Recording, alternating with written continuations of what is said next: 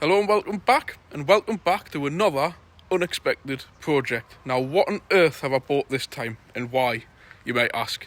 I've given you a few clues. I don't know if I've uploaded this already on the Facebook page and this week's vlog. Only clue I'm going to give you is a Ford van, a diesel Ford van. Any clues? It's over 20 years old. There's not many around, and this is the main reason I bought it, plus a few other little factors. Now, bear with us.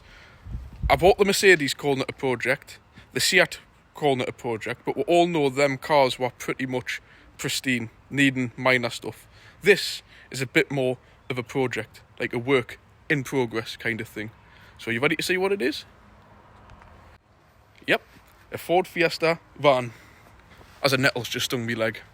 When was the last time you seen one? Even back in the day, even when these things were actually flying about on the roads like normal cars now, like nowadays. Rare to start with. Plus, you'll know by the number plate, like me Jeep, like what was the other car I had? Something else I had with an L, London vehicle. All original number plates. Commercial vehicles, Cambridge, the rear number plate matches. So that's the main reason I bought this. Well, two reasons. A, the fact it still exists, it's here. Plenty of MOT, till December. It's a van, like I've said. You tell me the last time you even seen one of these in van form. I've never seen one. I personally think this, tidied up a little bit, will catch more eyes at a car show, a retro car show, than what most kind of shiny, like for instance my Mercedes C-Class, the coupe. I think that this will probably turn more heads than that at a car show. Tidied up a bit more, granted, but the main reason I bought it is it's absolutely solid. Plus, what's under the bonnet? It's got the legendary 1800 Ford engine, bulletproof. But the early ones are rotary pump driven and non-turbo, and you've literally got to get out and push them to get them going. This isn't. I'll show you better underneath. This is the direct injection, so it's got an electronic fuel pump, so it's a DI, and it's the turbo. And I'm telling you now, this bloody van pulls like a modern car. I'm not joking, I'm not making that up. It really does pull well. So yeah, and mainly I want to state about, you'll probably see, it's pretty much rust-free. There's bits of it, of course, it's a Fiesta. 110,000 mile, relatively low. But the fact is, it's not rotten. There's little bits around the bottom of the doors where it's had chips, clearly. I'll teacup them out. This is the worst part of the whole van here. It's obviously had a bit rot on the arch and been filled. But you want to see the state of most of these things, they're knackered. But I want to see if I can get the camera under here. And you see those sills? Forget the little bits of brown. They are completely original. Never been welded. No signs of even needing welding. Mainly saved by the mud guards. The only reason that's coming out like that, somebody's just sprayed some white stone chip on to protect them. All that is just surface corrosion that comes through the white. Trust me, they are absolutely... I've seen it up on a lift. Solid. While I'm under here, you'll probably see... This is killing me knees. Brand new fuel tank. All new brakes. Brand new front arms. New discs and pads. It's stood since January though. What else has it had? I'll show you another bonnet. Relatively well serviced. Now around the back, you'll see... Yes, it's got a silver boot. Who knows why? It's obviously had something in the back and smashed the window and someone's put one on, but I'm not bothered. I don't care. It is what it is. Adds a bit of character, if anything. What I am planning on doing with this is I want to get this window tinted like a mirror kind of finish for putting the dogs in. I'll get to that later. But the main thing, I've kind of given away the bloody secret. What lets this van down massively, the wheels. Awful. Absolutely awful. It's got original Ford ones here, one of which is the spare, and the tyres are all cracked and everything. And I don't even know what these are. These are like a Citroen or something like that, or a Saxo or whatever. But I can't be dealing with them, not even with wheel trims. So what have I just been to buy right now? I've just picked up the van, and I had already bought these the other day. Puma wheels. Fan wheels. Bladed wheels. I'll just grab one of these out. As it drops, excuse me, I'll just have to just reposition it. And hopefully it doesn't run away this time, which it's still trying to do.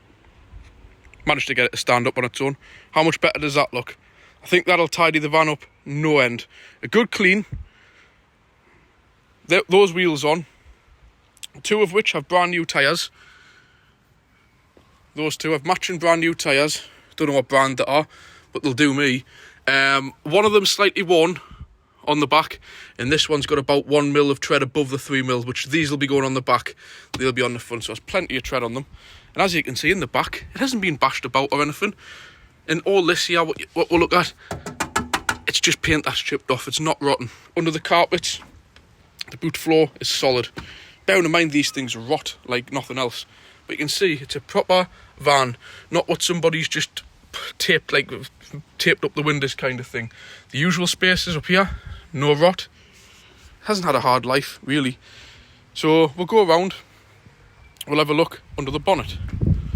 But as you can see, it's in really good nick. You know, you're looking at it and you go, oh, it's got rust scabs. Oh, it's a 20-odd-year-old Fiesta van. It shouldn't even exist. It should, you know, the sill should have patches on them and everything, and it just hasn't. The interior, the only work it really needs is 2 door cards, because the fabric has come off on them. So I'm just going to go to the scrapyard, get 2 door cards, job done. The seats are actually in really good condition. That one's got a little bit of a stain on. There's not even any holes, rips, tears, nothing in them. Fantastic condition. Even the floor just needs a hoover, stick some mats in. Nothing whatsoever to worry about there. The dashboard's in really good condition. Again, I'm showing you this as is, so next time you see it, it'll be improved on. Radio works fine, heaters work fine. It hasn't even got it's so basic, it hasn't even got a temperature gauge or a rev counter. But you know what? That's all you need. 110,000, I haven't got the ignition on to show you. I'll show you under the bonnet. Really tidy under here. Strut tops, no rust whatsoever. They usually rot there, nothing. And this side, nothing. Strut top, not bad at all. It's got a sticker up here that the cam belt was done. It's shown you. It was done in 2019 at 96. Only got 110 on now. So time belt's been done. It's only a top timing belt on these. But like I've mentioned, it's not the old rotary pump. That's your electronic module. It's electronic fuel injection. It's electronically operated fuel pump with mechanical injectors, just like my Astra at the garage. It's the best form you can get.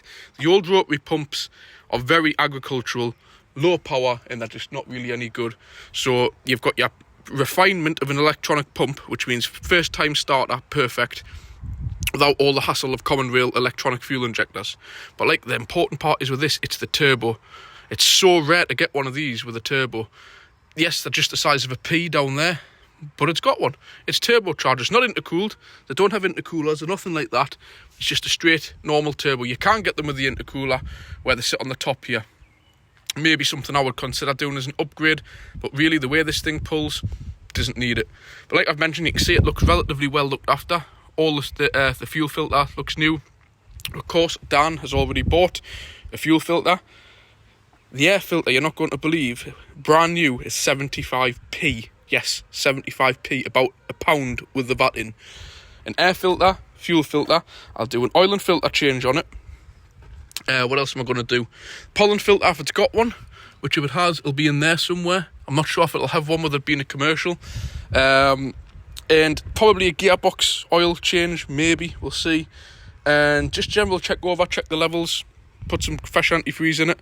You know, Bosch wipers. But somebody has looked after this, because if you look, they're already Bosch wipers on it, and the wipe okay, so I'm debating sending the ones I bought back, because I don't need them.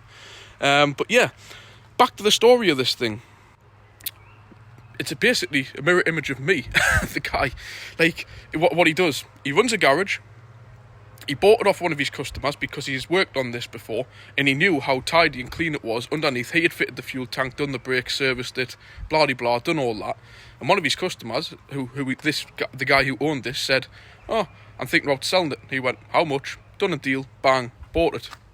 Bought it in January, kept it now till July, and like me, he just had too many projects sitting about, and he put it up for sale. I went across to his garage in Newcastle, had a look at it, we did a deal. So if a mechanic is going to buy it for himself, which it was genuinely in his name, not trade slips, nothing like that, in his name, had the logbook, just totally honest, just says, "Look mate, I haven't got time, I've got too many other projects on the go, just going to have to let it go." He didn't want to let it go, but he did. So that's the story of buying it. Now the story of me. You'll be saying, "Dan, why do you need it?" I'm going to have to do a bit of a clear out of the fleet shortly. I am getting too many. But what I'm really lacking in the fleet is something to use regularly for putting the dogs in that doesn't cost a fortune. The Civic is still too nice to, I'm talking when the dogs are up the eyes in sand, mud, all that caper. Putting them into the back of any of my vehicles would just wreck them. And the main reason why I want, it's all rubber floor, metal, hard plastic, nothing apart from the back of the seats. The dogs can't do much in here. It'll just be a case of hoovering it out, washing it down, champion. So this is exactly what I want. I want some to be able to, again, in my Mercedes the seats are white, the Seat is just too clean on the inside. So with this dirty work clothes, I can just jump, I don't abuse my cars, dirty work clothes and that, I can jump into it. Probably what I'll start doing is on a Tuesday morning, taking it to work, leaving it there till the Friday, and then we've always got something just to jump in to use as a runabout. Because the best thing is, as well, we all know our fuel prices at the minute are insane, and these engines, honestly, I'm not joking you, these can push 60-70 miles per gallon. You can run them on whatever you want. Maybe with the electronic pump, probably not a good idea to run them on chip fat or anything, but they're absolutely bulletproof, them engines, and the fuel economy is fantastic. So that's what I bought it for, a runabout, to do tip runs, take the dogs out. Downside, it's only a one-seater, so if I've got both the kids, it's not an option, but 9 times out of 10, on a Monday, I've just got the little and Olivia, and on a Sunday, sometimes, Holly's sister has Olivia, and I just have Charlie, so it'd be great to do what I used to do, chuck the dogs in the back, put one of the kids in the car, drive up miles away from anywhere and just refresh my head and have a nice walk somewhere. Again, the Mercedes can't do that. Even the Civic being petrol, the Leon and the Merc, that's just too clean to put them in. So it's nice, something like this, how it's practical, it's useful to have, it's in a state where it can be used, and at the same time it doesn't use any fuel. So I'm really over the moon with it. Let us know what you think. I mean, I'm just looking there, that's just a brand new battery on it. All the stuff on it looks new, the filters, the whole lot. Nothing looks like it needs really much attention. Like I said, I can't wait to get them wheels on tomorrow because they're doing my head in. But yeah, let us know what you think. Please do not compare this to the Leon or the C-Class. They're totally different. This is a 20-odd-year-old used condition van. So you might look at the rusting, but I've showed you underneath is immaculate, and I'll show you better on the lift. The sills are perfect. There's a little bit around the back arches, but show me one of these that hasn't. And by the way, I have not paid a lot of money for this, so before you say you must have more money than sense, Dan, this thing ain't cost hardly anything, so don't worry there. I haven't, so to speak, blown my budget on it, but it's definitely something that I've been needing for a while as a usable vehicle. So yeah, let us know what you think. If you absolutely hate it, just say, Dan, it's awful, it's a rusty old thing that needs put in the scrapyard. If you like it, hit the like button, please. Let us know what you think. Leave some kind of feedback, like you like it, you don't like it. Just simply leave the comment there. And if you haven't already done so, please hit the subscribe. 80% of the you lot watching on there haven't hit the subscribe button. Take 1 second, just beep, just hit it, and that's it, done. So I'll catch you on another video, but I have got a mountain of videos of work, what I've done on the Civic, the Leon, the C-Class, then there's a reveal of this. So I've got a lot of backup videos. I am off, not next week, not this week, but the week after. So I will be uploading a lot of my random videos just to give you guys a catch up. I feel like I'm adding new projects into the fleet and not updating you, but I just haven't had time to upload the videos as well, having to do my weekly vlogs on top as well. I've even still got the Berwick one to add as well. So I'll catch you in another video. Thanks for watching. Bye.